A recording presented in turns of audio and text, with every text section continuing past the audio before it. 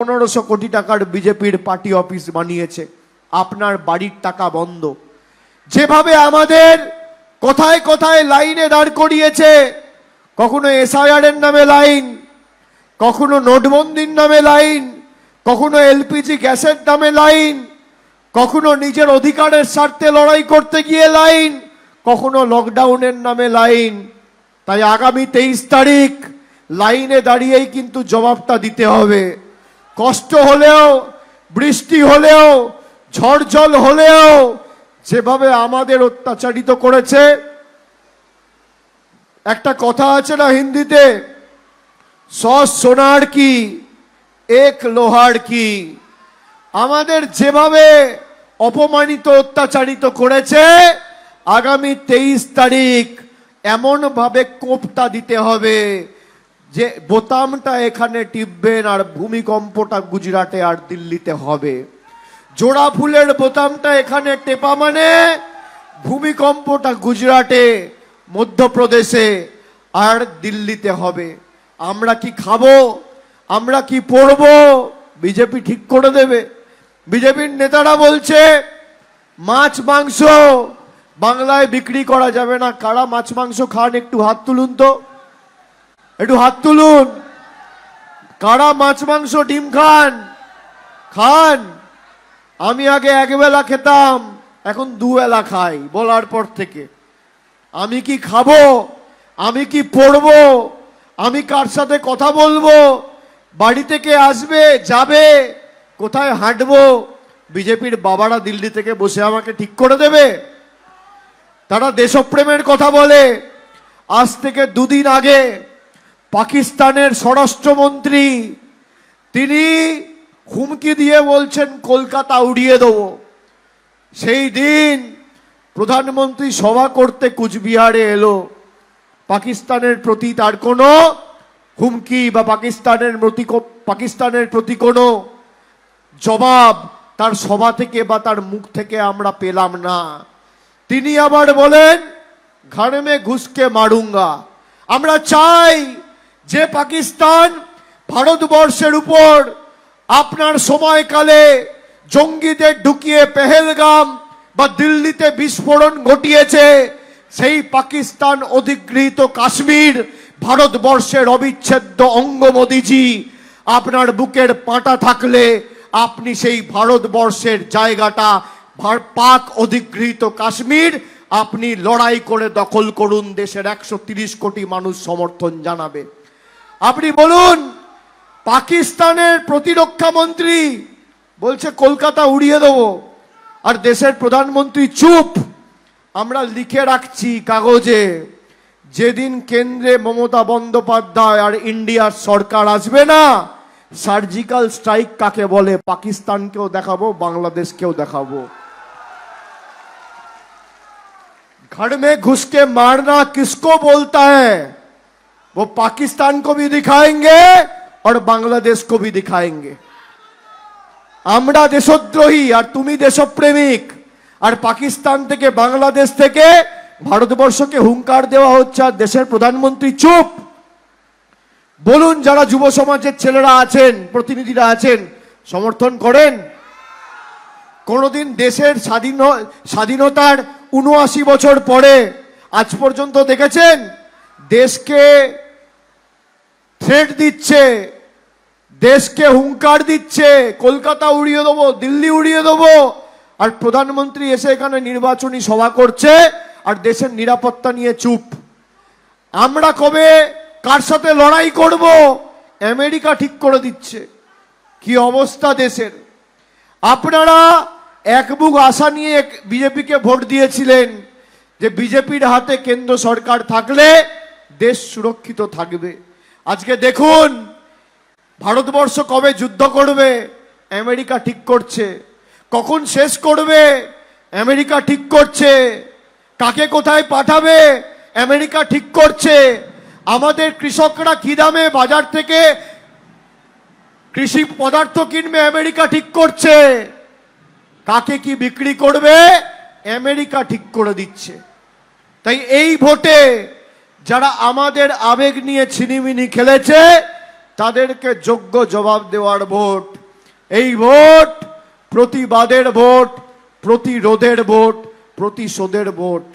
BJP এমন একটা পদার্থ, যদি রেখে দেন, এদের রেখে দিলে আলসার আর বাড়তে দিলে ক্যান্সার। এদেরকে রাখা যাবে না, সমূলে উৎখাত করতে হবে। আপনার ভোট নিয়ে জিতে দিল্লিতে দরবার করে তদবির করে আপনার অধিকারের টাকা বন্ধ করেছে। মানুষের ভোটে জিতে মানুষের টাকা বন্ধ, আপনি ভাবতে পারছেন? আমাদের এসআইআর লাইনে দাঁড় করিয়ে দিচ্ছে, বলছে আমরা অবৈধ। আচ্ছা, আলিপুরদুয়ারের মানুষ ভোট দিয়ে মনোজ তিগ্গাকে জিতিয়েছে, ঠিক না ভুল? ঠিক তো? মনোজ তিগ্গা জিতেছে বলে নরেন্দ্র মোদী প্রধানমন্ত্রী, ঠিক না ভুল? ঠিক। তাহলে যারা ভোট দিয়ে মনোজ তিগ্গাকে জিতিয়েছে তারা যদি অবৈধ হয়, মনোজ তিগ্গাও অবৈধ, ঠিক কি ভুল? তাহলে মনোজ তিগ্গা যদি অবৈধ হয়, প্রধানমন্ত্রী অবৈধ। তাহলে আমরা সবাই যদি আন্ডার অ্যাডজুডিকেশন হই, প্রধানমন্ত্রী পদটাও তো আন্ডার অ্যাডজুডিকেশন থাকা উচিত, হ্যাঁ কি না? আপনি যার ভোটে নির্বাচিত তারা অবৈধ আর আপনি বৈধ, কি সুন্দর। আপনি কর দেবেন, মানুষ ট্যাক্স দেবে আলিপুরদুয়ার, জলপাইগুড়ি, কুচবিহারের মানুষ, আর পরিষেবা পাবে মধ্যপ্রদেশ, গুজরাট। টাকা নিয়ে যাওয়া হচ্ছে মধ্যপ্রদেশে, গুজরাটে। আজকের দিনে দাঁড়িয়ে আমাদের বকেয়া পাওনা 2 লক্ষ কোটি টাকা। আমাদের যারা বাংলাদেশি বলে, আজকে রাজবংশী ভাইরা যারা আছেন, কারা রাজবংশী হাত তুলুন তো? কারা রাজবংশী আছেন হাত তুলুন। আপনাদের কাছে বিজেপির প্রকৃত চেহারা, আমি প্রকৃত স্বরূপটা দেখাতে এসেছি। বিজেপি বলে তারা নাকি রাজবংশী ভাষাকে স্বীকৃত দিতে চায়। আমি একটা চিঠি আপনাদের দেখাচ্ছি। এই চিঠিটা গত 19শে ফেব্রুয়ারি, আজ থেকে 1.5 মাস আগে, আমাদের সরকারের তরফ থেকে কেন্দ্রকে লেখা হয়েছিল। রাজবংশী কামতাপুরী ভাষাকে যেমন রাজ্য সরকার স্বীকৃতি দিয়েছে, মর্যাদা দিয়েছে সরকারিভাবে, রাজবংশী ভাষাকে 8ম তফসিলে অন্তর্ভুক্ত করার জন্য 19শে ফেব্রুয়ারি আমাদের রাজ্য সরকার কেন্দ্রকে চিঠি দিয়েছে। এই হচ্ছে তার কপি, এই হচ্ছে সেই চিঠির কপি। এখনো পর্যন্ত কেন্দ্র সরকার কোনো সদুত্তর দেয়নি। রাজবংশী ভাইদের খালি মর্যাদা নয়, আসামের ট্রাইব্যুনালকে, ফরেনার ট্রাইব্যুনালকে কাজে লাগিয়ে এখানকার রাজবংশী ভাইদের এনআরসিতে এসআইআর এর নোটিশ দেওয়া হয়েছে। আপনারা দেখেছেন সেগুলো? যারা আমাদের উপর অত্যাচার করেছে তাদেরকে এবার ছাড়বেন। 5 বছর ধরে আমাদের বলেছে বাংলাদেশি, আমরা বাংলায় কথা বলেছি, আমাদের বলেছে বাংলা বলে কোনো ভাষা নেই।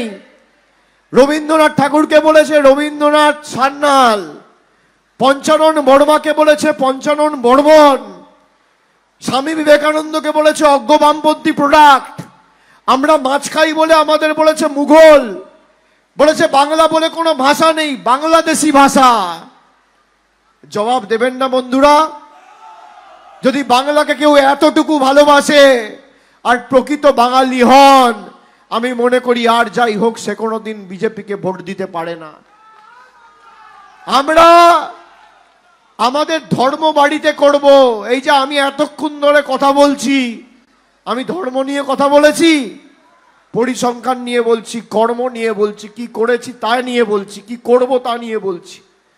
আর বিজেপি কি বলে? ধর্ম নিয়ে। আমি মনে করি রাজনীতি হওয়া উচিত শিক্ষা, স্বাস্থ্য, কর্মসংস্থান, অন্ন, বস্ত্র, বাসস্থান। আর বিজেপির কাছে রাজনীতি হচ্ছে খালি জয় শ্রীরামের রাজনীতি। জয় শ্রীরাম, পেট্রোলের 100 টাকা দাম।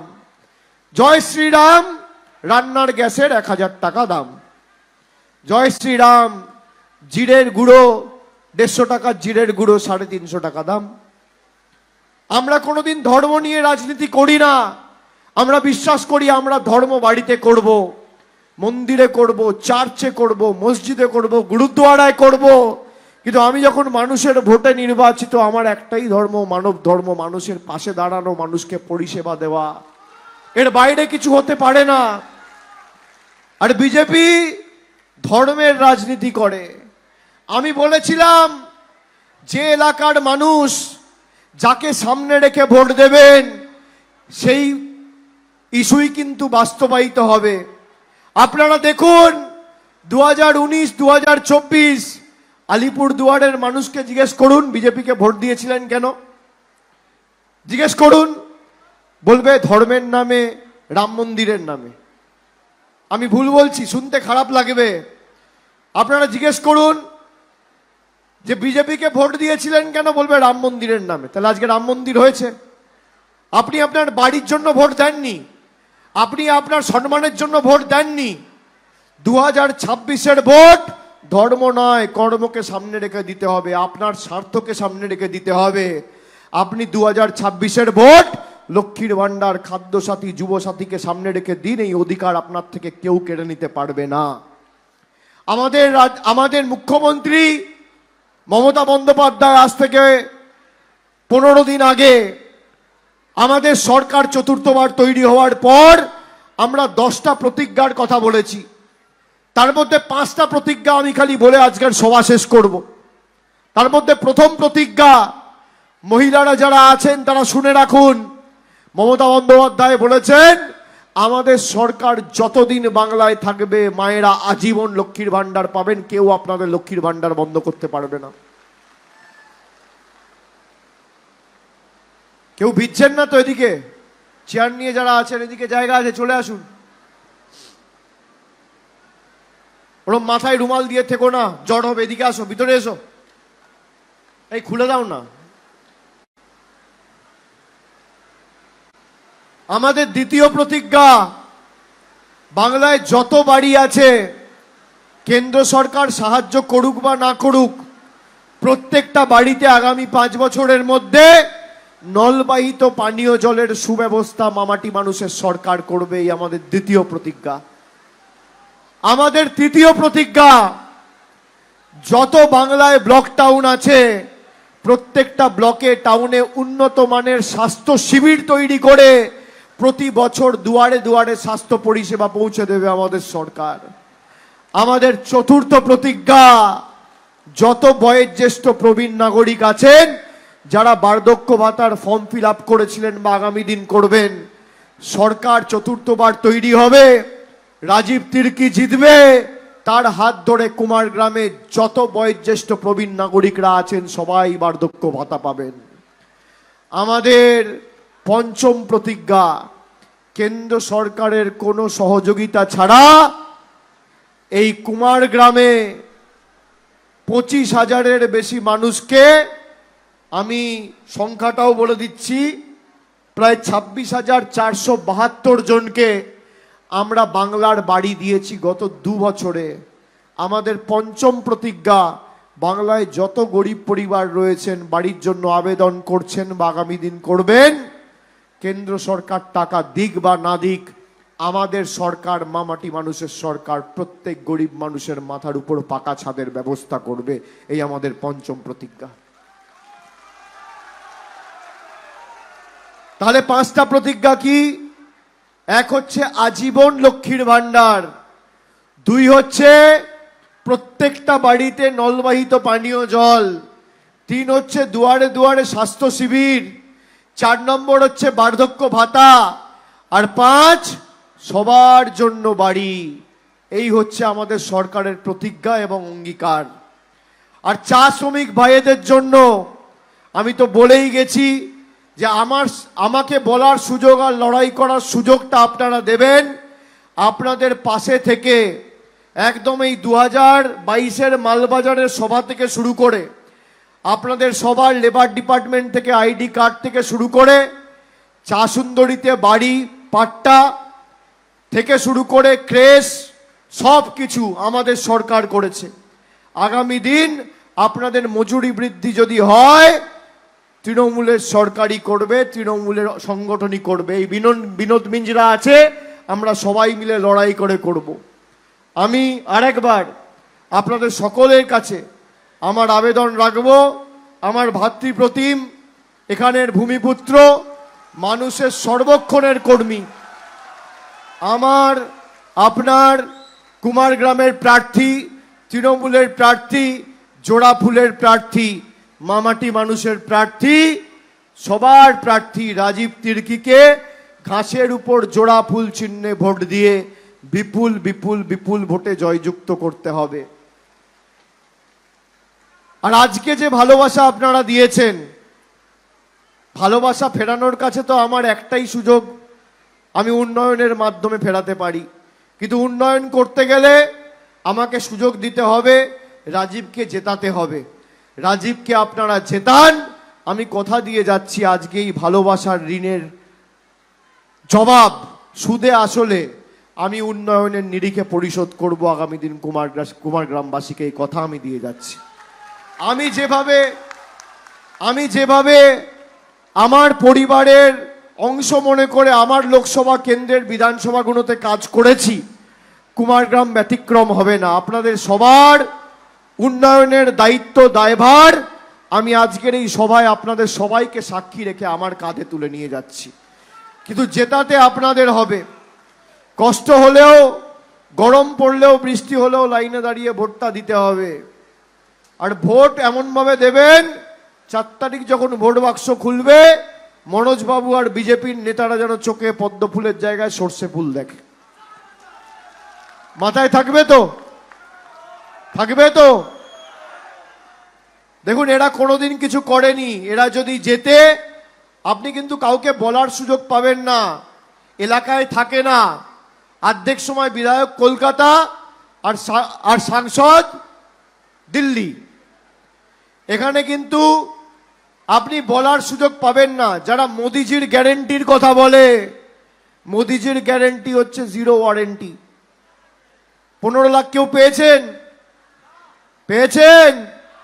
বছরে 2 কোটি চাকরি হয়েছিল, ডবল ইঞ্জিনের এখানে প্রতিনিধি রয়েছে, এমএলএ বিজেপি, এমপি বিজেপি। আমাকে দেখিয়ে দিন কুমারগ্রাম থেকে কটা যুবক যুবতীর হাতে নরেন্দ্র মোদীর সরকার কর্মসংস্থানের নিয়োগপত্র তুলেছে। দেখাতে পারবেন? পারবেন না। যে আমাদের মনের ভাষা বোঝে না, যে আমাদের ভাষা বাংলা বলতে পারে না, বাংলা লিখতে পারে না, বাংলা পড়তে পারে না, সে নাকি আমাদের উন্নয়ন করবে। আচ্ছা, দিল্লিতে নিঃশ্বাস নিতে গিয়ে লোক মারা যাচ্ছে, মধ্যপ্রদেশে জল খেয়ে লোক মারা যাচ্ছে, সরকার কার? বিজেপির। বিহারে ব্রিজ ভেঙে লোক মারা যাচ্ছে। আপনারা জানেন এখানে অনেক এসটি ভাইয়েরা রয়েছে, বোনেরা রয়েছেন। সব থেকে বেশি এসটিদের উপর অত্যাচার যদি কোথাও হয়ে থাকে, 1 নম্বরে রয়েছে উত্তরপ্রদেশ, 2 নম্বরে রয়েছে রাজস্থান, 3 নম্বরে রয়েছে মণিপুর। 3টেই বিজেপি শাসিত ডবল ইঞ্জিন সরকার। এসটিদের উপর অত্যাচারের ক্ষেত্রে gold medal BJP, silver medal BJP, bronze medal BJP. আমার চ্যালেঞ্জ, এগুলো সব সংসদে, রাজ্যসভা, লোকসভার কোয়েশ্চেনের আনসার রয়েছে। তাই আমি, কি হয়েছে? নাম কেটে দিয়েছে?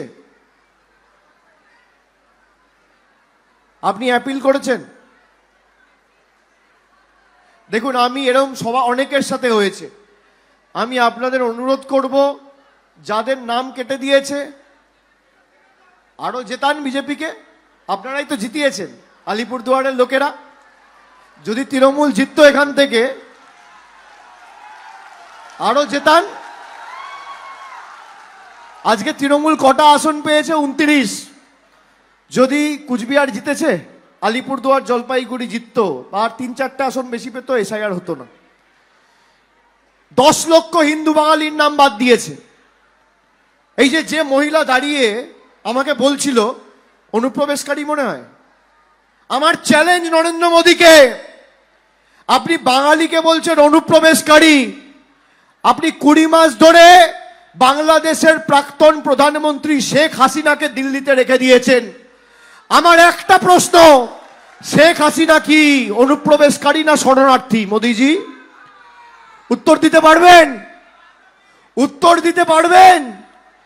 আপনি 20 মাস ধরে শেখ হাসিনা বাংলাদেশের প্রাক্তন প্রধানমন্ত্রী তাকে অবৈধভাবে দিল্লিতে রেখেছেন। শেখ হাসিনার স্ট্যাটাস কি? শেখ হাসিনা কি শরণার্থী না শেখ হাসিনা অনুপ্রবেশকারী? বিজেপির নেতাদেরকে জিজ্ঞেস করুন। যাদের নাম বাদ গেছে আমি হাত জোড় করে বলবো চিন্তা করবেন না, আপনাদের সবার অধিকার তৃণমূল কংগ্রেস রক্ষা করতে বদ্ধপরিকর। আপনি হিন্দু হন, খ্রিস্টান হন, মুসলমান হোক, যে ধর্মের হোক, মমতা বন্দ্যোপাধ্যায়ের সরকার আপনার অধিকার রক্ষা করতে। আমরা লড়ছি সুপ্রিম কোর্টে, আপনারা তো দেখছেন কোর্টের অবস্থা। বিচার ব্যবস্থা একাংশ এদের সাথে হাত মিলিয়ে দিয়েছে, মানুষ বিচার পাচ্ছে না। আমি লড়তে যাইনি, মমতা বন্দ্যোপাধ্যায় মানুষের হয়ে লড়তে গেছে। আমাকে যদি আমার বিরুদ্ধে বিচার ব্যবস্থা কোনো রায় দেয়, আমি বিচার ব্যবস্থার বিরুদ্ধে কোনোদিন কিছু বলিনি, কিন্তু মানুষ আজকে কোর্টে গিয়ে বিচার পাচ্ছে না। তবে আমার দৃঢ় বিশ্বাস, যে 27 লাখ লোকের নাম বাদ দিয়েছে, এই 27 লাখের মধ্যে 27 লাখ নাম আমরা তুলবো। হয়তো একটু সময় লাগতে পারে, আপনাদের এরা চেষ্টা করবে এই ভোটে যাতে আপনারা ভোট না দিতে পারেন এবং গায়ের জোরে বিজেপি নিজেদের সরকার তৈরি করতে পারে। তবে এত লক্ষ লক্ষ মায়েদের আশীর্বাদ, তাদের ভালোবাসা, গরিব মানুষের চোখের জল কোনোদিন বৃথা যায় না। এর অভিশাপ বিজেপিকে সুদে আসলে দিতে হবে এবং জবাব বিজেপিকে চোকাতে হবে। আপনারা কেউ আতঙ্কিত হবেন না, কেউ ভীত সন্ত্রস্ত হবেন না। আমাদের সরকার তৈরি হবে। যত মায়েরা রয়েছেন, এই যে স্মৃতিতে সিঁদুর হাতে পলা, সে বলছে আমার নাম বাদ। মোড়ে এবার বুঝতে পারছেন, বিজেপিকে ভোট দেওয়া আর খাল কেটে কুমির আনা এক। পদ্ম ফুলে দিলে ছাপ, ঘরে ঢুকবে কেউটে সাপ। এদের রাখা যাবে না। আপনারা এমন ভাবে রাজীবকে জেতান যাতে এখানে মানুষের সাথে বেইমানি করার আগে বিজেপি 100 বার ভাবে আগামী দিনে। আমি সকলকে আরেকবার, আর এখন বৃষ্টি, যেহেতু বৃষ্টি পড়ছে, আপনারা হ্যাঙ্গারের বাইরে যাবেন না।